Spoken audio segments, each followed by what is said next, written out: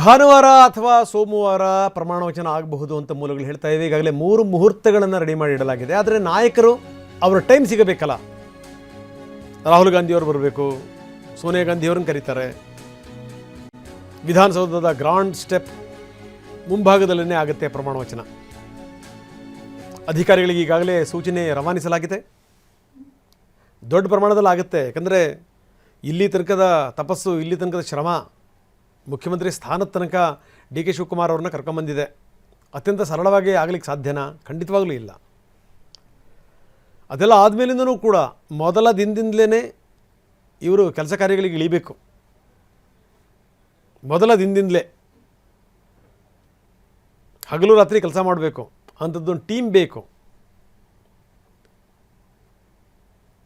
ಆ ಕಾರ್ಯಕ್ರಮಗಳು, ಈ ಕಾರ್ಯಕ್ರಮಗಳು ಅದನ್ನು ಕಡಿಮೆ ಮಾಡಬೇಕು.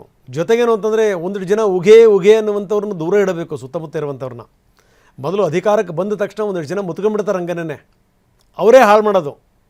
ಅಣ್ಣ ನಿಮ್ಮ ಬಗ್ಗೆ ಹಂಗಿದೆಯಣ್ಣ, ನಿಮ್ಮ ಬಗ್ಗೆ ಹಿಂಗಿದೆಯಣ್ಣ, ನಿಮ್ಮನ್ನು ಕಂಡ್ರೆ ಜನ ಜೀವ ಬಿಡ್ತಾರಣ್ಣ, ನೀವಿಲ್ಲ ಅಂದರೆ ಪಕ್ಷನೇ ಇಲ್ಲಣ್ಣ, ನೀವಿಲ್ಲ ಅಂದರೆ ಸರ್ಕಾರನೇ ಇಲ್ಲಣ್ಣ. ಮೊದಲು ಆರಂಭದಲ್ಲಿ ಇಲ್ಲ ಬಿಡ್ರಪ್ಪ, ಹಂಗಲ್ಲ ಇಲ್ಲ ಅಂತಾರೆ ನಾಯಕರುಗಳು. ಬರ್ತಾ ಬರ್ತಾ ಬರ್ತಾ ಬರ್ತಾ ಕಣ್ಣಿದ್ದು ಕುರುಡಾಗ್ಬಿಡುತ್ತೆ. ಕಿವಿ ಅದು ಚರ್ಮದ್ದಾಗಿರಲ್ಲ, ಅದು ಹಿತ್ತಾಳೆ ಕಿವಿ ಆಗಿಬಿಡುತ್ತೆ. ಹೇಳಿದ್ದನ್ನೆಲ್ಲ ಕೇಳಿ ಒಂದೆರಡು ಜನರನ್ನು ದೂರ ಇಡಬೇಕು ಮುಲಾಜಿಲ್ದಾನೆ.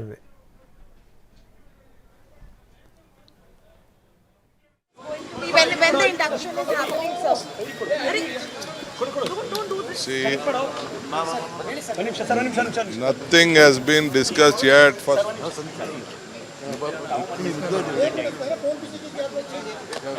Nothing has been discussed yet. CLP meeting will be done on the timing of the High Command.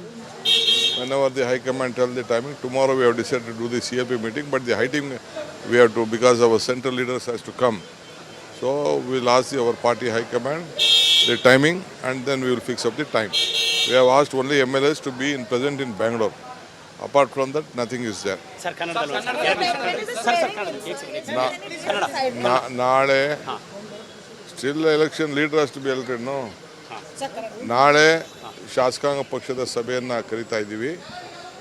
ನಾನು ಸಿದ್ದರಾಮಯ್ಯನವ್ರಿಗೆ ಮಾತಾಡಿದ್ದೀವಿ. ಟೈಮಿಂಗ್ ಮಾತ್ರ ಎಲ್ಲರಿಗೂ ಬೆಂಗಳೂರಲ್ಲಿರೋ ಕೇಳಿದ್ದೀವಿ. ಯಾಕೆ ನಮ್ಮ ಹೈಕಮಾಂಡ್ ಲೀಡರ್ಸ್ನ ಕೇಳಬೇಕು. ಯಾಕೆಂದ್ರೆ ಅವರು ಬರಬೇಕು, ಅಬ್ಸರ್ವರ್ ಬರಬೇಕು, ನಮ್ಮ ಜನರಲ್ ಸೆಕ್ರೆಟರಿ ಬರಬೇಕು. ಆ ಟೈಮಿಂಗ್ ಅವ್ರು ಕೇಳಿಕೊಂಡು ಟೈಮಿಂಗ್ ಇಡ್ತೀವಿ. ಇದರಲ್ಲೇ ವಿಧಾನಸೌಧದಲ್ಲೇ ಇಡ್ತೀವಿ.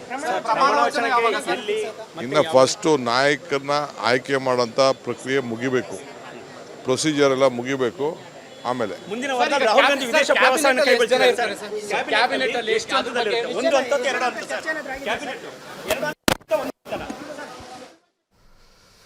ಇದು ಡಿ ಕೆ ಶಿವಕುಮಾರ್ ಅವರ ಮಾತು. ಇಲ್ಲಿ ತನಕ ಏನೂ ಆಗಿಲ್ಲ, ಯಾವ ಚರ್ಚೆನೂ ಆಗಿಲ್ಲ. ನೋಡಿ, ಮೊದಲ ಬಾರಿ ಇವರು ಮೌನದಿಂದ ಮಾತಿಗೆ ಬಂದಿರೋದು. ಡಿ ಕೆ ಇತ್ತೀಚಿನ ದಿನಗಳಲ್ಲಿ ನೋಡ್ತಾ ಇದ್ದೀವಿ, ಒಂದು ತಿಂಗಳಿಂದ ಅವರ ಮಾತು, ಅವರ ವರಸೆ ಭಾಳಷ್ಟು ಬದಲಾಗಿದೆ. ಗೊತ್ತಿತ್ತು ಅಂತ ಅನಿಸುತ್ತೆ ಮುಂದೆ ಏನಾಗುತ್ತೆ ಅಂತ. ಕೆಲವೊಂದು ಸಂದರ್ಭಗಳಲ್ಲಿ ಅವರ ಮಾತಿಗಿಂತ ಮೌನ ಜಾಸ್ತಿ ಕೆಲಸ ಮಾಡುತ್ತೆ, ಮೌನ ಜಾಸ್ತಿ ಮಾತಾಡುತ್ತೆ. ಬೇಕದು. ಈ ಮೈಕ್ ಸಿಕ್ಕ ತಕ್ಷಣ ವಿಪರೀತ ಮಾತಾಡೋದಿದೆಯಲ್ಲ, ಎಲ್ಲ ಎಡವಟ್ಟುಗಳೇ. ಹಾಗಾಗೇನು ಅಂತಂದರೆ ಅವರು ಎಷ್ಟು ಬೇಕೋ ಅಷ್ಟು, ಇಲ್ಲ ಇನ್ನೂ ಯಾವುದೂ ಡಿಸೈಡ್ ಆಗಿಲ್ಲ, ನಾಳೆ ಶಾಸಕಾಂಗ ಪಕ್ಷದ ಸಭೆ ನಡೆಯುತ್ತೆ, ಆಮೇಲೆ ನಿರ್ಧಾರಕ್ಕೆ ಬರ್ತಾರೆ ಅಂದಲ್ಲಿ ಸುಮ್ಮನಾದರು. ಎಲ್ರಿಗೂ ನಾವು ಬೆಂಗಳೂರಲ್ಲೇ ಇರಿ ಅಂತ ತುಂಬ ಸ್ಪಷ್ಟವಾಗಿ ಹೇಳಿದ್ದೀವಿ. ಎಲ್ಲರೂ ಕೂಡ ಬೆಂಗಳೂರಲ್ಲೇ ಇರ್ತಾರೆ. ಸೊ ಇಲ್ಲಿ ತನಕ ಡಿ ಕೆ ಶಿವಕುಮಾರ್ ಹೇಳಿರುವಂಥ ಮಾತು ಇದೇನೇ. ಇನ್ನೂ ಕೂಡ ದಿನಾಂಕ ನಿಗದಿಯಾಗಿಲ್ಲ ಅಂತಾರೆ ಡಿ ಕೆ. ನಾಳೆ ಶಾಸಕಾಂಗ ಪಕ್ಷದ ಸಭೆಯಲ್ಲಿ ನಾಯಕನನ್ನು ತೀರ್ಮಾನಿಸ್ತಾರೆ. ಸಿದ್ದರಾಮಯ್ಯ ರಾಜೀನಾಮೆ ಆದ ಮೇಲೆ ಡಿ ಕೆ ಶಿವಕುಮಾರ್ ಮೊದಲ ಬಾರಿ ರೆಸ್ಪಾಂಡ್ ಮಾಡಿದ್ದಾರೆ, ಮಾತಾಡಿದ್ದಾರೆ. ಅವ್ರು ಹೇಳಿದ್ದು ಇಷ್ಟೇನೇ, ಇನ್ನೂ ಯಾವುದೂ ಕೂಡ ತೀರ್ಮಾನ ಆಗಿಲ್ಲ, ನಾಳೆ ತೀರ್ಮಾನಕ್ಕೆ ಬರ್ತೀವಿ, ನಾಳೆ ಒಂದು ಸ್ಪಷ್ಟತೆ ಸಿಗಬಹುದು ಅಷ್ಟೇ. ಯಾರು ಮಂತ್ರಿ ಆಗ್ತಾರೆ, ಏನು ಎತ್ತ, ರಾಹುಲ್ ಗಾಂಧಿ ಅವರು ವಿದೇಶಕ್ಕೆ ಹೋಗ್ತಾರಂತ ಹೌದಾ? ಯಾವುದೂ ಇಲ್ಲ. ಮೂಲಗಳ ಪ್ರಕಾರ ಏನು ಅಂತಂದರೆ ಸಂಡೇ ಅಥವಾ ಮಂಡೇ, ಭಾನುವಾರ ಅಥವಾ ಸೋಮವಾರ ಪದಗ್ರಹಣ ಆಗುತ್ತೆ. ವಿಧಾನಸೌಧದ ಮುಂಭಾಗದಲ್ಲೇ ಆಗುವಂಥ ಪದಗ್ರಹಣ. ಅಕ್ಕಪಕ್ಕದ ರಾಜ್ಯದ ನಾಯಕರುಗಳಿಗೂ ಕೂಡ ಕರೆ ಹೋಗುತ್ತೆ. ಪಕ್ಷದ ಹಿರಿಯ ನಾಯಕರುಗಳು ಬರ್ತಾರೆ. ಮಲ್ಲಿಕಾರ್ಜುನ್ ಖರ್ಗೆ AICC ಅಧ್ಯಕ್ಷರು ಬರಲೇಬೇಕು. ರಾಜ್ಯದ ನಾಯಕರು ಕೂಡ ಹೋದವರು, ಅವ್ರು ಬರ್ತಾರೆ. ವೇಣುಗೋಪಾಲ್ ಬರ್ತಾರೆ, ಉಸ್ತುವಾರಿ ನಾಯಕರು ಬರ್ತಾರೆ. ವಿಶೇಷವಾಗಿ ರಾಹುಲ್ ಗಾಂಧಿ ಮತ್ತು ಸೋನಿಯಾ ಗಾಂಧಿ ಬರಬಹುದು ಅಂತ ರಾಹುಲ್ ಗಾಂಧಿ ಅಂತೂ ಖಂಡಿತವಾಗಲೂ ಬರ್ತಾರೆ. ನಾಳೆ ಶಾಸಕಾಂಗ ಪಕ್ಷದ ಸಭೆಯನ್ನು ಕರಿತಾ ಇದ್ದೀವಿ. ನಾನು ಸಿದ್ದರಾಮಯ್ಯನವ್ರಿಗೆ ಮಾತಾಡಿದ್ದೀವಿ. ಟೈಮಿಂಗ್ ಮಾತ್ರ ಎಲ್ಲರಿಗೂ ಬೆಂಗಳೂರಲ್ಲಿ ಇರೋಕ್ಕೆ ಹೇಳಿದ್ದೀವಿ. ಯಾಕೆ ನಮ್ಮ ಹೈಕಮಾಂಡ್ ಲೀಡರ್ಸ್ನ ಕೇಳಬೇಕು, ಯಾಕೆಂದ್ರೆ ಅವರು ಬರಬೇಕು, ಅಬ್ಸರ್ವರ್ ಬರಬೇಕು, ನಮ್ಮ ಜನರಲ್ ಸೆಕ್ರೆಟರಿ ಬರಬೇಕು. ಆ ಟೈಮಿಂಗ್ ಅವ್ರು ಕೇಳಿಕೊಂಡು ಟೈಮಿಂಗ್ ಇಡ್ತೀವಿ. ಇದರಲ್ಲೇ ವಿಧಾನಸೌಧದಲ್ಲೇ ಇಡ್ತೀವಿ. ಇನ್ನು ಫಸ್ಟು ನಾಯಕರನ್ನ ಆಯ್ಕೆ ಮಾಡೋಂಥ ಪ್ರಕ್ರಿಯೆ ಮುಗಿಬೇಕು. ನಾಳೆ ಶಾಸಕಾಂಗ ಪಕ್ಷದ ಸಭೆಯನ್ನು ಕರಿತಾ ಇದ್ದೀವಿ. ನಾನು ಸಿದ್ದರಾಮಯ್ಯನವ್ರಿಗೆ ಮಾತಾಡಿದ್ದೀವಿ. ಟೈಮಿಂಗ್ ಮಾತ್ರ ಎಲ್ಲರಿಗೂ ಬೆಂಗಳೂರಲ್ಲಿ ಇರೋಕ್ಕೆ ಹೇಳಿದ್ದೀವಿ. ಯಾಕೆ ನಮ್ಮ ಹೈಕಮಾಂಡ್ ಲೀಡರ್ಸ್ನ ಕೇಳಬೇಕು, ಯಾಕೆಂದ್ರೆ ಅವರು ಬರಬೇಕು, ಅಬ್ಸರ್ವರ್ ಬರಬೇಕು, ನಮ್ಮ ಜನರಲ್ ಸೆಕ್ರೆಟರಿ ಬರಬೇಕು. ಆ ಟೈಮಿಂಗ್ ಅವ್ರು ಕೇಳಿಕೊಂಡು ಟೈಮಿಂಗ್ ಇಡ್ತೀವಿ. ಇದರಲ್ಲೇ ವಿಧಾನಸೌಧದಲ್ಲೇ ಇಡ್ತೀವಿ. ಇನ್ನು ಫಸ್ಟು ನಾಯಕರನ್ನ ಆಯ್ಕೆ ಮಾಡೋಂಥ ಪ್ರಕ್ರಿಯೆ ಮುಗಿಬೇಕು, ಪ್ರೊಸೀಜರ್ ಎಲ್ಲ ಮುಗಿಬೇಕು. ಆಮೇಲೆ ನಾಳೆ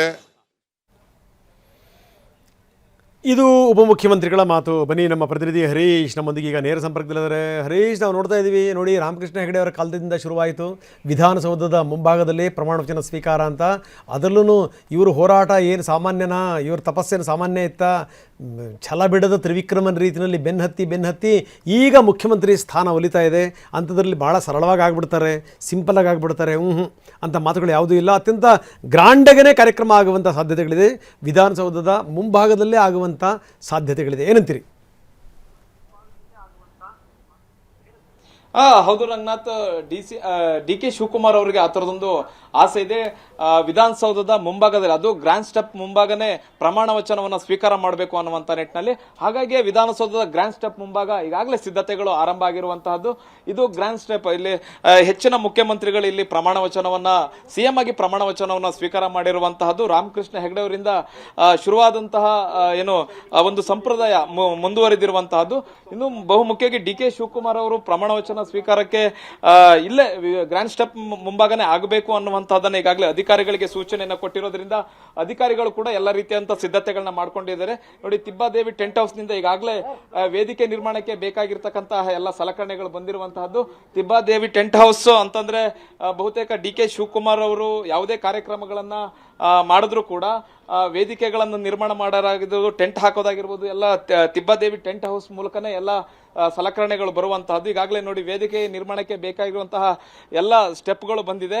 ಇನ್ನೇನು ಗ್ರ್ಯಾಂಡ್ ಸ್ಟೆಪ್ ಮುಂದೆ ಇವೆಲ್ಲ ಸ್ಟೆಪ್ಗಳನ್ನ ಅಳವಡಿಸುವಂತಹ ಕೆಲಸಗಳು ಕೂಡ ನಡೆಯುತ್ತೆ.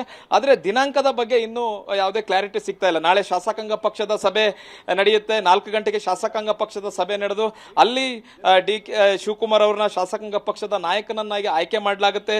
ಮುಖ್ಯಮಂತ್ರಿಯಾಗಿ ಡಿ ಕೆ ಶಿವಕುಮಾರ್ ಅವರ ಹೆಸರನ್ನ ಘೋಷಣೆ ಮಾಡಲಾಗಿದೆ ಅನ್ನುವಂಥದ್ದನ್ನ ಹೈಕಮಾಂಡ್ ಘೋಷಣೆ ಮಾಡಿದ ಬಳಿಕ ಪ್ರಮಾಣ ವಚನಕ್ಕೆ ದಿನಾಂಕ ನಿಗದಿಯಾಗುತ್ತೆ. ಅಲ್ಲಿಯವರೆಗೂ ಕೂಡ ಇಲ್ಲಿ ಪ್ರಿಪರೇಷನ್ ನಡೀತಾ ಇರುತ್ತೆ. ಈಗಾಗಲೇ ಒಂದು ವ್ಯಾನ್ ಮೂಲಕ, ಒಂದು ಟೆಂಪೋ ಮೂಲಕ ಈಗ ಸ್ಟೆಪ್ಗಳು ಬಂದಿರುವಂತಹದ್ದು. ಇನ್ನ ನಿರಂತರವಾಗಿ ಈ ತರದ ಸಲಕರಣೆಗಳು ಬರ್ತವೆ. ನಂತರ ವೇದಿಕೆ ನಿರ್ಮಾಣ ಮಾಡಲಿಕ್ಕೆ ಎಲ್ಲಾ ರೀತಿಯಂತ ಪ್ರಿಪರೇಷನ್ ಅನ್ನ ಮಾಡ್ಕೊಳ್ತಾರೆ. ಒಂದಂತೂ ಸ್ಪಷ್ಟ ಆಗಿದೆ, ವಿಧಾನಸೌಧದ ಮುಂಭಾಗವೇ ಡಿ ಕೆ ಶಿವಕುಮಾರ್ ಅವರು ಸಿಎಂ ಆಗಿ ಪ್ರಮಾಣ ವಚನ ಸ್ವೀಕಾರ ಮಾಡುವಂತಹದ್ದು ಪಕ್ಕಾ ಆಗಿದೆ. ರಂಗನಾಥ್. ಎಸ್, ಧನ್ಯವಾದ ತಮ್ಮೆಲ್ಲ ಮಾಹಿತಿಗೆ. ಸೊ ಇದು ಸಂಗತಿ. ಇನ್ನು ಡಿ ಕೆ ಶಿವಕುಮಾರ್ ಅವ್ರಿಗೂ ಕೂಡ ತುಂಬ ಚೆನ್ನಾಗಿ ಜ್ಯೋತಿಷ್ಯ ಗೊತ್ತು. ಹೀಗಾಗಿ ಏನು ಅಂದರೆ ಮುಹೂರ್ತ ಆಗಿರ್ತಾ ಎಲ್ಲ ಕರೆಕ್ಟಾಗಿ ಇಟ್ಕೊಂಡೇ ಮಾಡ್ತಾರೆ. 1ನೇ ತಾರೀಕು ಏನು ಅಂತಂದರೆ ಪೌರ್ಣಿಮೆ ಇದೆ. ಹೀಗಾಗಿ ಏನಂದರೆ ಅವತ್ತೇ ಅವ್ರು ನಿರ್ಧಾರ ಮಾಡ್ಬೋದು ಅನ್ನುವಂಥ ಮಾತುಗಳು ಕೂಡ ಕೇಳಿ ಬರ್ತಾ ಇವೆ. ಜೊತೆಗೇನು ಅಂತಂದರೆ ಅವ್ರ ಸುತ್ತಮುತ್ತ ಕೂಡ ಈ ರಾಜಗುರು ದ್ವಾರಕಾನಾಥ್ ಇದ್ದಾರೆ. ಸೊ ಅವರು ಹೇಳಿ ಕೇಳಿ ಮುಹೂರ್ತ ಇಡೋದ್ರಲ್ಲಿ ನಿಸ್ಸೀಮರು. ಸೊ ಹೀಗಾಗಿ ಅಂಥವ್ರ ಹತ್ರ ಮುಹೂರ್ತ ಇಡಿಸ್ಕೋತಾರೆ, ಸ್ವಾಮಿಗಳ ಹತ್ರ ಹೋಗ್ತಾರೆ. ಅವರ ಸುತ್ತಮುತ್ತ ದೊಡ್ಡ ಬಳಗವೇ ಇದೆ.